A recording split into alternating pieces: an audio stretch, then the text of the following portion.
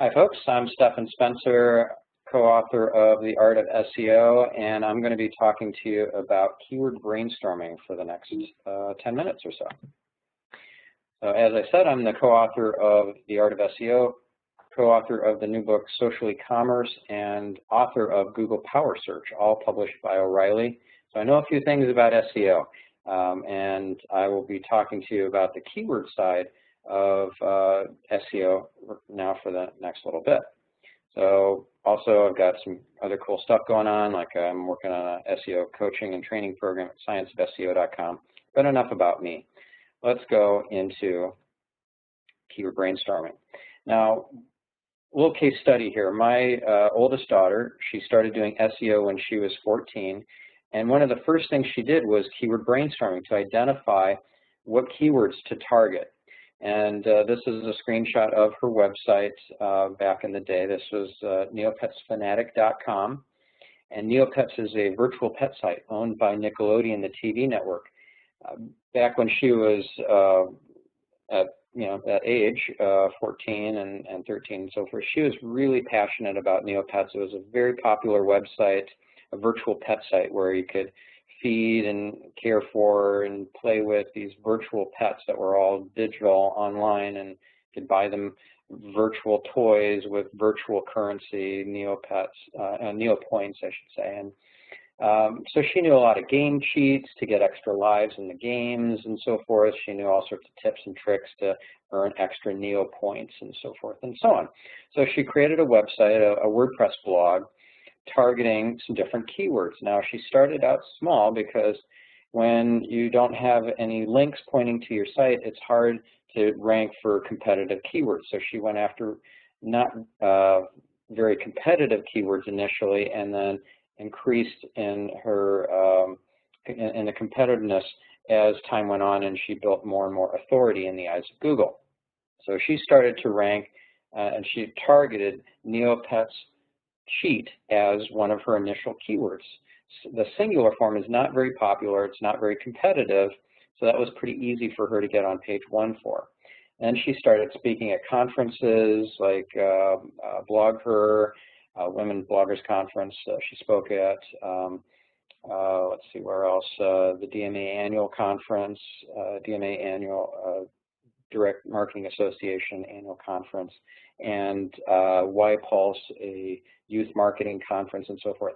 All those opportunities to speak gave her also opportunities to get links, because bloggers would be in the audience and they'd be so proud of her. You know, here's a 16-year-old blogging, doing SEO, and then speaking in public. That was impressive. So she got newspaper articles written about her, blog posts, et cetera, et cetera.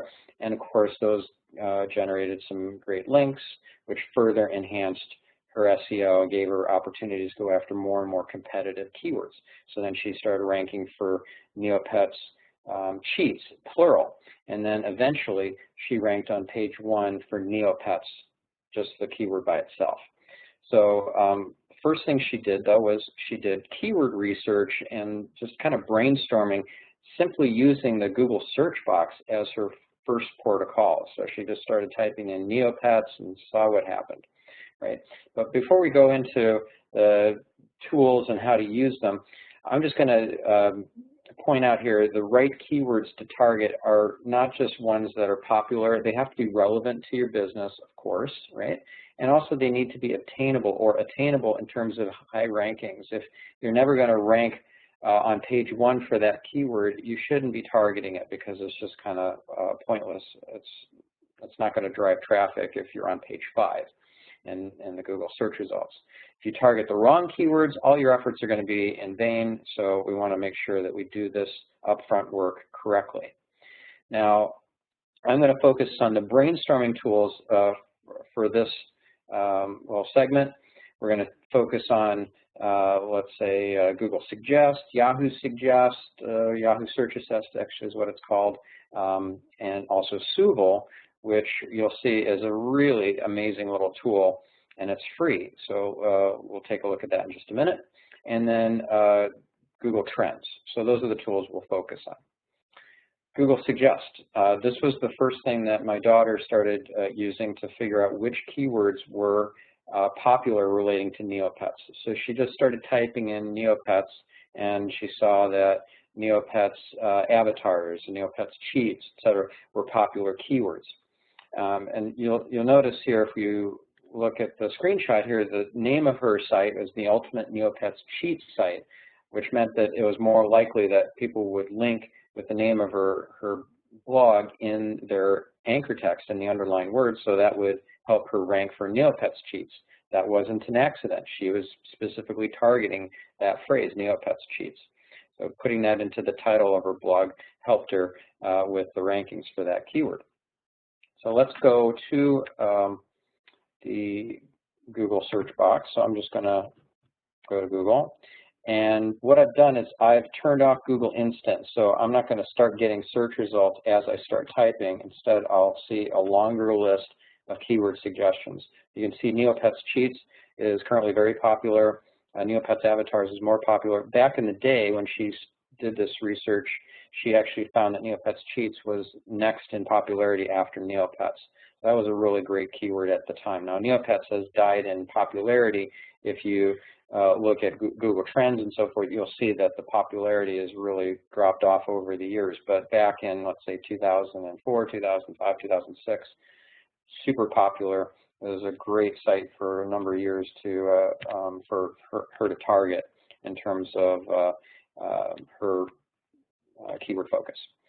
Okay, so let's now look at, and I want to also point out with Google Suggest that the order is also based in part by, it's partially personalized, so that, like, let's say that your geography will get, will play in here. If you search for Italian restaurants, well, if you're based in New York, then it'll probably say in the suggestions list, Italian restaurants NYC, Italian restaurants Manhattan, Manhattan Italian restaurants, etc. So just bear that in mind, that this is not global, it's not US wide or whatever. I don't know where you're watching this from, but it is partially localized. So just bear that in mind. Also, in order to turn off Google Instant, let me quickly show you how to do that. In the search results, you're going to see the little flywheel icon. That's for your different search settings and so forth. So if you click on that and choose search settings, turn off Google Instant by ticking this radio button that says never show instant results, and then hit save. So very easy, and then you'll be able to get a larger set of search suggestions. Now let me show you a tool called Soogle, because this tool is amazing. I'm going to come back to Yahoo Search Assist in a moment. Actually, no, I'll show it to you now. So if you start typing into Yahoo search box, right, so Neopets or whatever, again, we're getting suggestions, and they're different suggestions. See, we're seeing some keywords in common, like Neopets Cheats and Neopets Avatars, but a lot of these are neopets.com URLs that are not showing up in the other suggestions list from Google. So getting a set of results from, or a set of search suggestions from multiple search engines, such as Yahoo and Bing, as well as Google, is really handy, right? So that's where a tool like Soogle comes in, S-O-O-V-L-E. Now, if I go to Soogle.com and start typing in Neopets, watch what happens. It does the auto-completion on whatever I typed, gives me some search suggestions, not just from Google, but also Bing, Yahoo, YouTube. YouTube is the #2 search engine, so that's really helpful. Also, Answers.com, Wikipedia, and Amazon, all simultaneously. Really, really cool.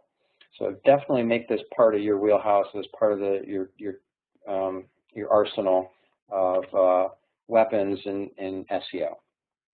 So it's definitely a go-to tool. Now let me give you a hypothetical scenario that will get you thinking laterally in your keyword brainstorming.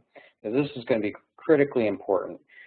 If you think outside the box, you think a little further afield, you're going to have a competitive advantage against your competition. So let me give you a hypothetical example.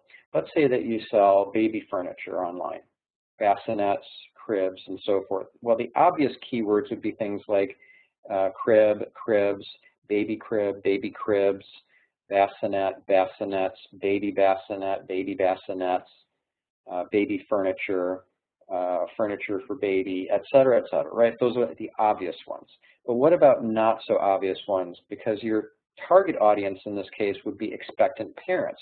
Well, what are expectant parents typing into Google, into Yahoo and Bing and so forth?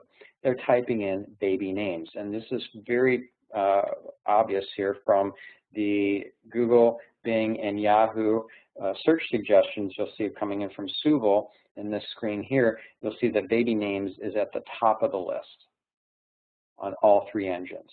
So we're not selling baby names in this hypothetical example, right? We're selling baby furniture.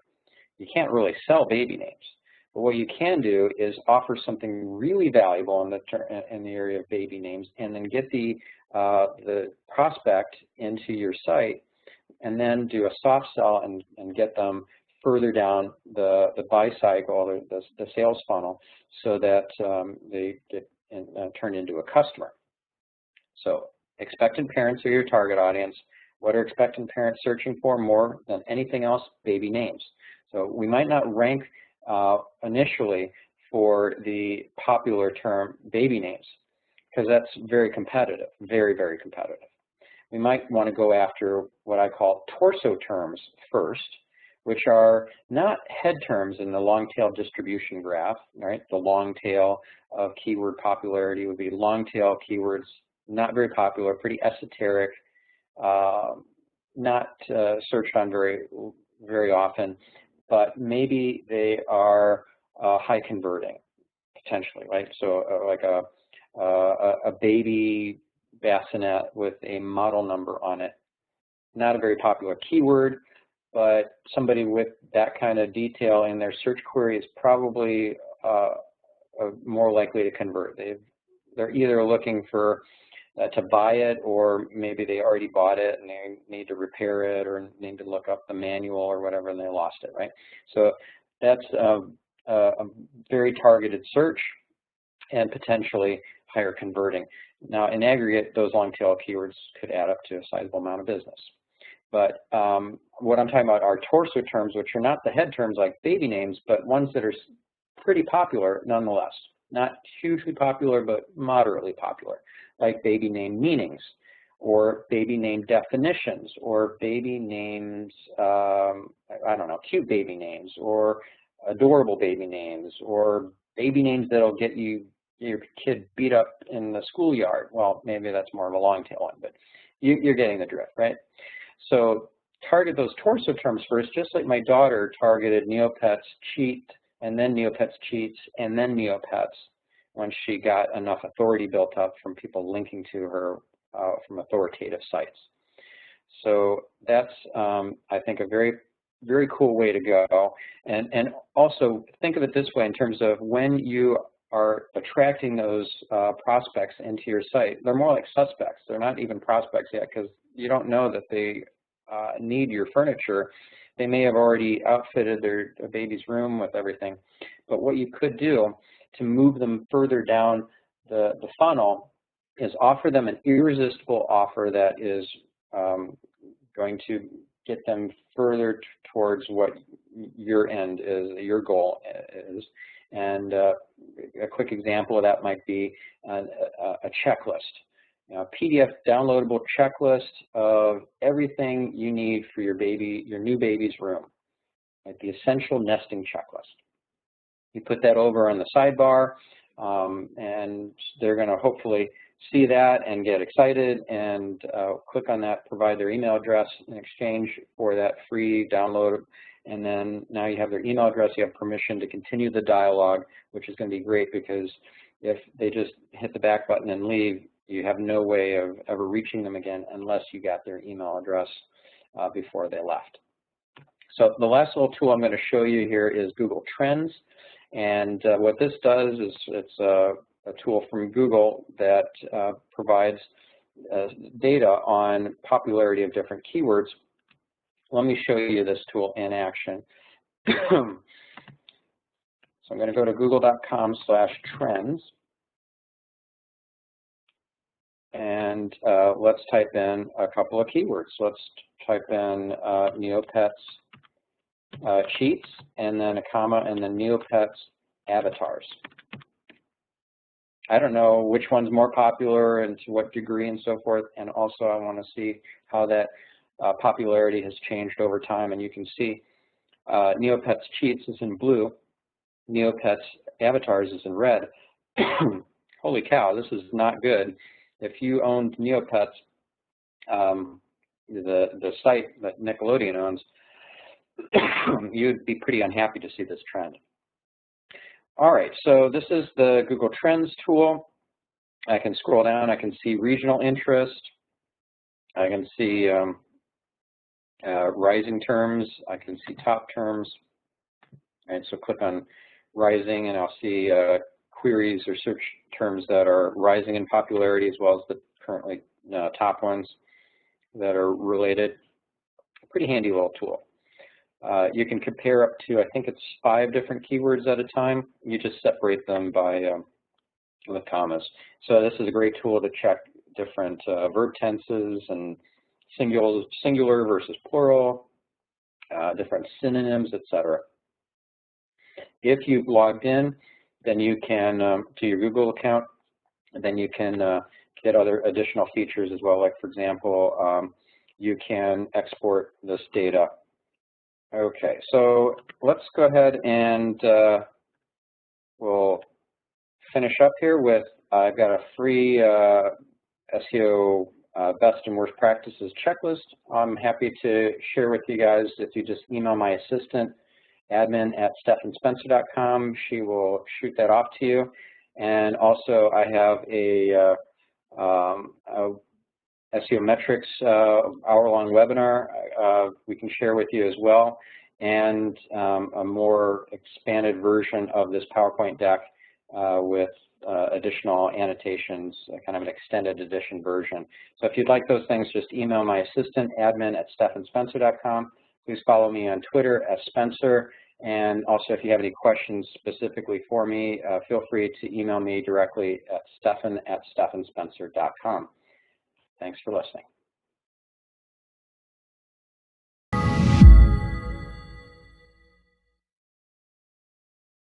Hi, I'm Stefan Spencer, and I'm going to be talking to you about keyword research for SEO purposes. So first of all, a little bit about me. I'm the co-author of The Art of SEO, author of Google Power Search, co-author of the brand new book, Social E-Commerce. I founded an SEO agency in the 90s, Net Concepts. I sold it to Coari in 2010. And I am doing a SEO training and coaching program at scienceofseo.com. So here are my books. So you can see that I know a few things about SEO and am in a position to be teaching you about keyword research now. This is my daughter's blog, which generated passive income for her over a number of years, up to $1,100 in a month, which is pretty awesome. And it was all because she understood how to do keyword research and then to create content around those keywords and then to build up her authority in the eyes of Google by getting people to link to her site. So you can do it too. If a kid can do it, you can do it. So we're going to look into a few different keyword research tools that are part of my arsenal. We covered in a previous segment keyword brainstorming using Google Suggest and so forth, as well as Subel. But in this segment, I'm going to teach you about the hardcore keyword research tools, such as the Keyword Planner from Google and Keyword Discovery and so forth. So let's start with the Google Keyword Planner because, of course, this is the tool to use to get data about Google searchers and searches, since this is coming directly from Google. Everything else is either just rehashing the same data that's coming from the Google Keyword Planner, or it's an approximation based on I don't know, looking at a sample of internet searches over a certain set of ISPs or internet service providers or something like what Hitwise does. So this is a direct from the horse's mouth sort of tool, right? Direct from Google. It's free. You don't have to have a paid account where you're advertising with Google. You just have to sign up with Google AdWords. You don't have to spend a dime with them. Just having a Google AdWords account will get you into this tool. You can segment by country. You can segment by date range and so forth. You can see historical 12-month trends. There's a lot of really cool stuff that you can do inside of the Google Keyword Planner. Let's have a look. So this is the first screen that you'll get to. Actually, let me, even better, I'm going to show you by logging in and doing some searches myself. So I'm going to go to the Google AdWords Keyword Planner. I'm not even logged in, so I'm going to sign in with my AdWords account, which is the same as my Google account. It's just that I went and signed up with AdWords, and I'm not actively spending any money with Google on any advertising, but just having that account gives me access to the tool. So now I'm going to go ahead and type in a few different keywords, like let's say that I'm selling different kinds of cameras, like Nikon camera. Let's do Nikon cameras, Nikon DSLR, Nikon digital camera, Nikon digital cameras, because you don't know if like the singular is more popular, the plural, one verb tense versus another verb tense, one synonym versus another. You need to check your assumptions at the door and actually just use the tool and see what is real. Now I've left the targeting at US. You can change it to whatever country you want to target, Canada or Europe and whatever, right? So you can change targeting. You can remove the targeting and just give you global results. You can change the date range. You can specify language, et cetera, et cetera. So I went ahead and clicked on the blue button. Now the default tab you're going to get to is Ad Group Ideas, which is not what we want. When we're doing SEO keyword research, we want the Keyword Ideas tab. And so you'll see that the keywords I've specified are just up here with, they're separated by commas. And I get the numbers here in the average monthly searches column. That's the column that I care most about here from an SEO perspective. It looks like Nikon cameras is the most popular keyword of this list, followed by Nikon camera. Now this might be counterintuitive because one thing that you'll find if you type in digital camera and digital cameras is that the singular is more popular than the plural. In this case, by a factor of 5. Right? That's huge, huge difference. But then on the previous search, where we compared Nikon camera and Nikon cameras, it was the opposite. It's kind of interesting, right? So you cannot just assume that your gut is going to be correct. Right? So Nikon cameras, plural in this case, is like 4.5, almost 5 times more popular than the singular. And then notice there's a little icon next to the number. This icon you can mouse over and it will show you the historical trend over the last 12 months. And then I can mouse over a particular bar and see for that month what the actual number of searches were. So looks like it's pretty consistent. And again, I will reiterate here that I mentioned it on the slide previous that the numbers are approximations. This really, I think, hammers this home. Like you get the exact same number of searches for 6 months in a row. I don't think so. This is an approximation. It's not terribly accurate. You can also see that same thing happening for 4 months prior to that, 49,500. the exact same search volume for 4 months in a row? Yeah, not likely. Right? So take these numbers with a grain of salt. It's great to compare and contrast different keywords against each other, like the plural versus the singular. But as far as like trusting that it actually is 60,500 searches per month in the U.S. for that keyword, I would not bank on that. Right? So it's somewhere in that general ballpark. That's as far as I'll go. So this is the Google Keyword Planner. You can also click on one of these headings to sort by that column. So if we want to sort by average monthly searches, look at that. We're going to see Nikon way at the top of the list here. As far as related searches, 165,000 a month just for that brand by itself. But again, that's going to be more competitive and more generic than we want, because Nikon sells a lot of different things. And also, it's unlikely we're going to beat out Nikon and their various sites that they own for their own brand name by itself. That's the Google Keyword Planner. Let's look at a couple other tools that I think will be very helpful in not only doing keyword research, but also kind of competitive intelligence.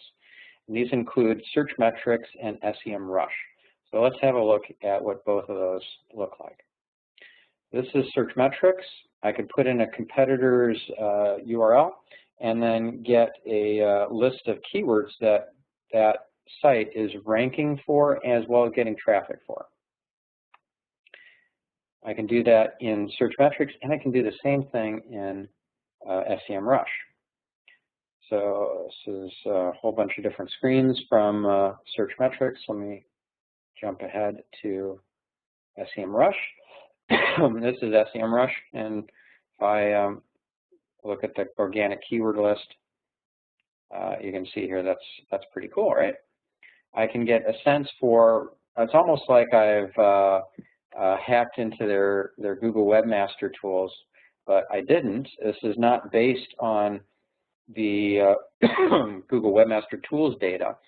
It's based on scraped Google search results that both Searchmetrics and SEMrush independently have garnered or grabbed, and then and we're talking like hundreds of millions of searches, and then scraping off of those pages each search listing, and correlated the search on keyword with that that listing and what position it was and so forth, and then correlating that with the data from the Google Keyword Planner to see how popular these different keywords are, and extrapolating what the likely search volume is from those different keywords.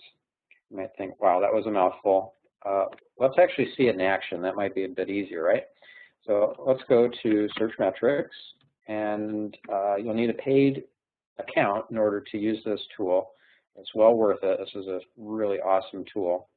I'm going to put in, we'll just put in Zappos as an example. So the first thing I'm going to do is I'm going to go to the SEO specific data. So I can go here, click on more SEO data, and I'm specifically interested in the keyword list. So here we have the first 20 keywords that they rank well for that are driving traffic, and then I can click on show details to get a longer list.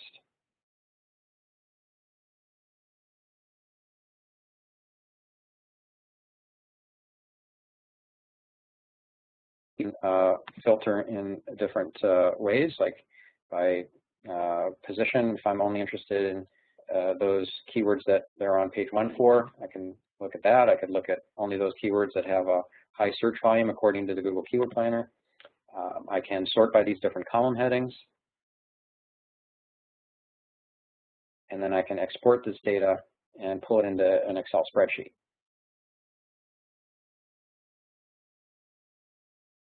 Pretty cool stuff. I can change the number of results per page, et cetera, et cetera. So these column headings, so this is the keyword, this is the URL that's ranking for that keyword, this is the position it's ranking for that keyword, And then this is the cost per click according to the Google Keyword Planner. And it's not very relevant if we're just looking at this data from an organic or SEO perspective. Search volume, we care about that. That's data from the Google Keyword Planner. That'll tell us how popular a keyword is.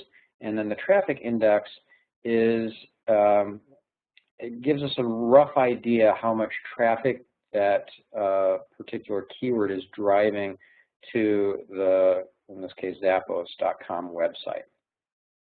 So if the position of the keyword if that website is ranking quite high, like a position 1, then the traffic index is going to be higher. If it's a lower position, then it's going to be lower. If the search volume is low, then that traffic index is going to be lower. All right, so that is search metrics. And this long tail tab is going to give us an even longer list of keywords, whereas that previous tab that we were just looking at is updated weekly. It gives us fresher data. This one is not as fresh, but it's a deeper analysis. It's a much longer list. Look at that, 374,000 keywords. That's impressive. So if we had some competitors who were just crushing it in Google for the keywords that we care about, and we do some competitive intelligence using a tool like Search Metrics, imagine the insight we'll glean looking at that keyword list from that competitor. And bear in mind that your traditional competitors may not be that sophisticated at SEO. Your competition online is anybody who's outranking you for the keywords that you care about. I don't know if you've heard this this little acronym before, but SPAM stands for sites positioned above mine. I love that. Right, so we want to look at those sites positioned above mine in the search results, and then do this competitive intelligence to see what keywords they're ranking for, and thus see which ones we might want to target in addition. Okay, so that's Search Metrics, and then SEMrush. It's a very similar tool. We'll put in Zappos again, and we'll go to the top keywords for organic. Let's go to full report.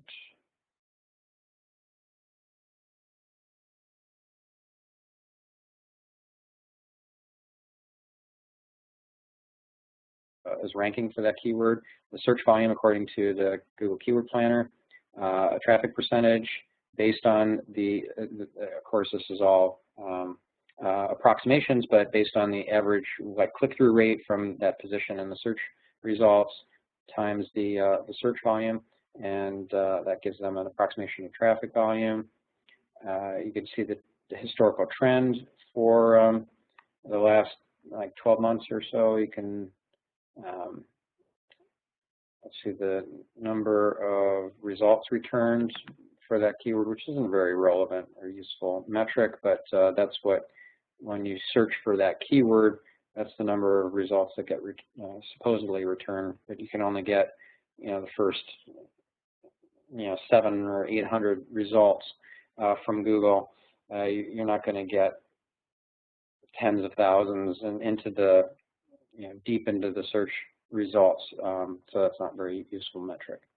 So this is all pretty comprehensive. We can get to, in this case, 381,000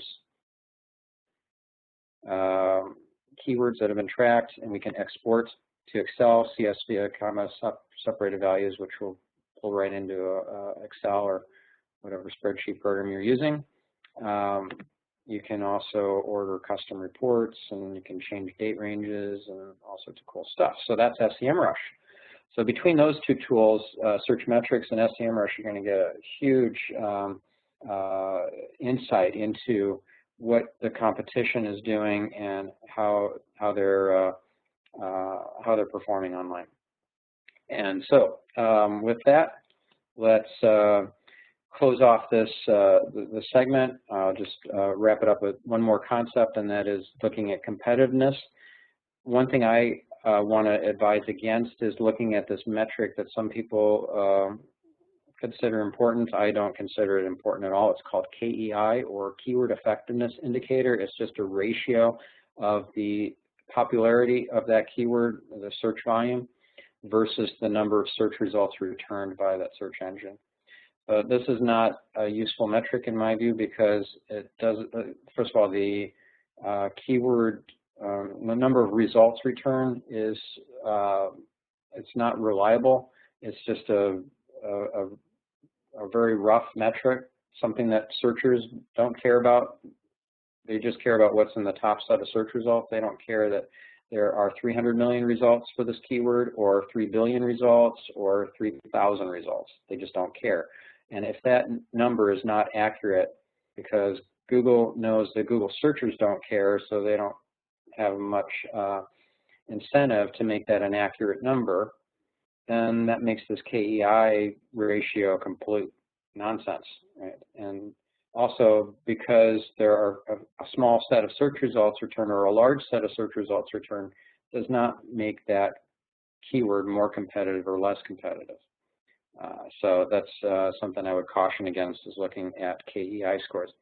How do I judge competitiveness? I simply eyeball it. I look at the first page or two of the search results, and I look at those listings that show up, how well optimized those pages and those websites are, how clued in to SEO are those different sites, and how authoritative are each of those sites in terms of things like Moz Rank, Moz Trust, citation flow and trust flow from Majestic SEO, and some other metrics relating to authority and trust.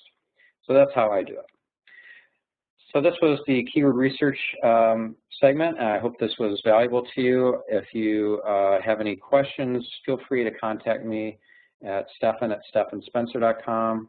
Also, please follow me on Twitter. @Spencer is my handle. And I have some goodies that I'd be happy to share with you. Just email my assistant. Her email is admin@stephanspencer.com. It's STEPHAN, by the way.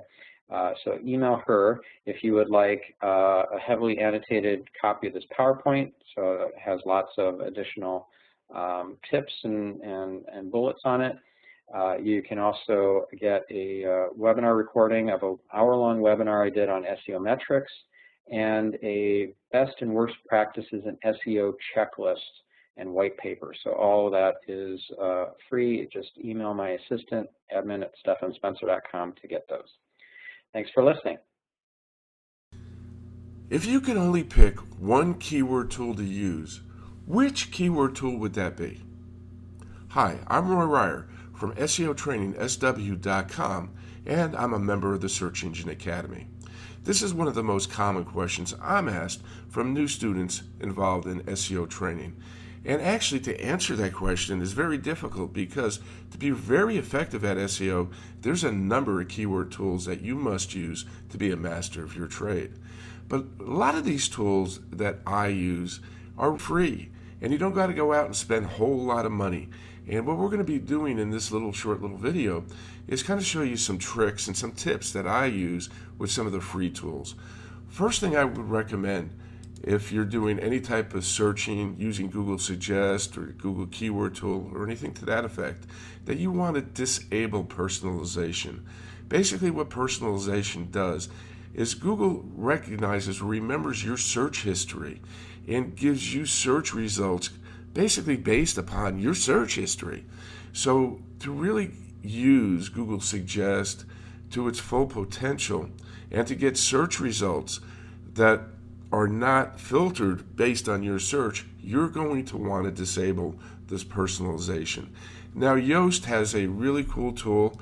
I'll just go right down here, bring this down here, and you can see the URL right here. It's yoast.com/tools/SEO/disable-personalized-search-plugin. This is a free little plugin that you can use for Firefox. And you just click on this little link right here, and this is going to add this into your browser, your Firefox browser. And basically what this does, you're going to see right here in the drop-down box where you can choose what search engines that you want to choose. You could use google.com unpersonalized. And basically what this does, we'll just do a little short search here in Google. Let's search for, we'll just type in shoes. And basically what this is going to do, it's going to give results that are not personalized. But there's another thing you need to do, or I really strongly suggest you do.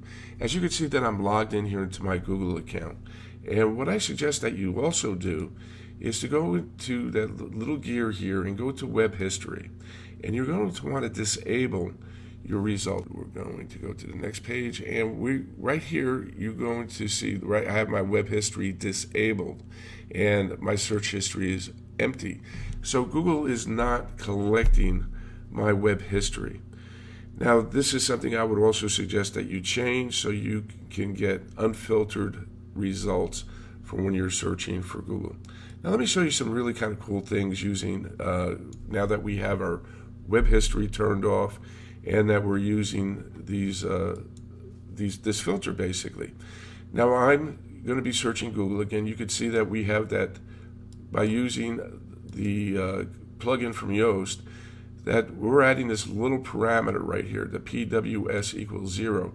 Now you could add this manually, but it makes it a lot easier. Now many of you might know that one of my other websites is radardetector.org. And last December we started a new website, and we're doing very well for the keyword term radar detectors.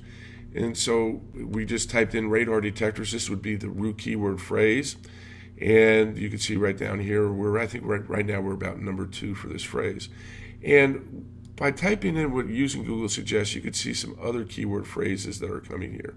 Google review, or radar detector reviews, radar detectors illegal, and radar detectors Best Buy. But I like to take this a little step further and just follow what I'm doing here. We typed in the word radar detectors. This will be our main root keyword phrase that we want to optimize for. Now let's just add an A to that right there. And we can see that we're having a list again. And this is Google Suggest. This is based on the search history of other users. And we can see radar detectors at Best Buy, radar detectors in Jammers, radar detectors at Walmart. So what I'll typically do is I'll have a spreadsheet open, and I'll cut and paste and put these into a spreadsheet. So we'll start off with A, and then we'll type in B, and we can see again radar detectors, Best Buy, brands, best value. And I'm just trying to, what I'm basically doing here is brainstorming. And this is very important in doing your keyword research. And really great that we have Google Suggest, because this is basically based upon the history of other people that searched Google for these particular keywords. So we just go right through the alphabet, D, E, F, and all the way through. And let me show you some other kind of cool tools that I like to use. Now I like to use also the shopping tab here.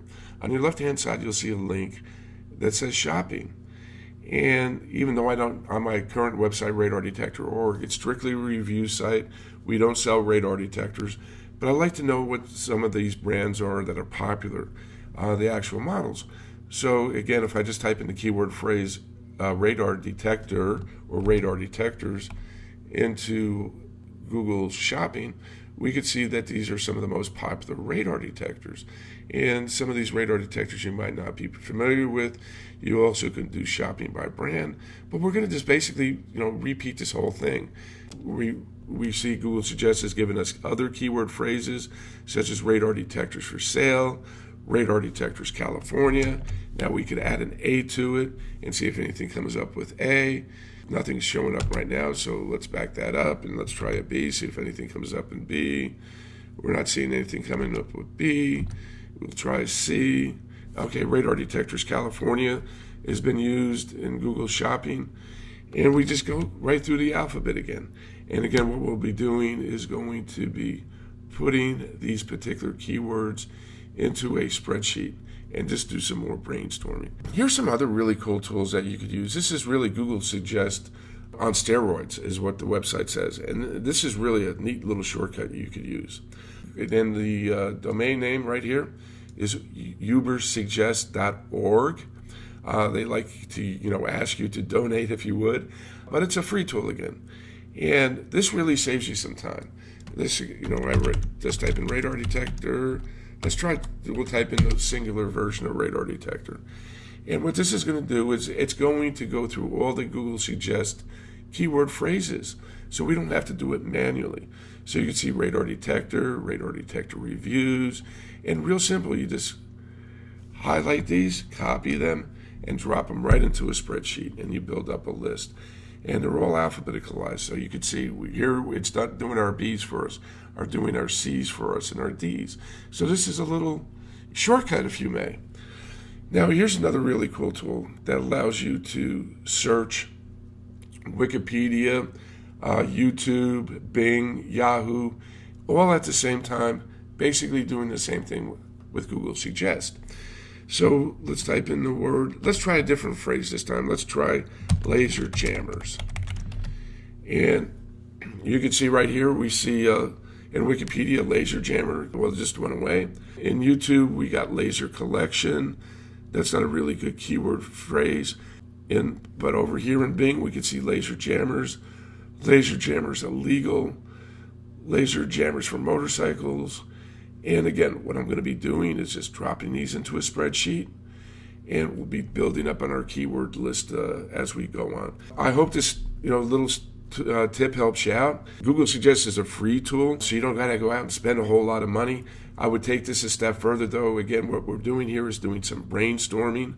I would then take this spreadsheet and then put those into the Google keyword tool to see what type of search volume there is, use Word Tracker, use SpyFu, and build this up. But typically what I'm doing here is I'm starting off with just some free keyword tools, and hopefully this is going to make your job a lot easier. If you do enjoy this video, please consider sharing it with a friend. Also, if you're viewing this on our website, SEOtrainingsW.com, we do have a like button up on the top. Please, like this and share this with your friends. Just have a great day. This is Roy Ryer from SEOtrainingsW.com and the Search Engine Academy. Have a great day, and thanks for watching. Bye-bye.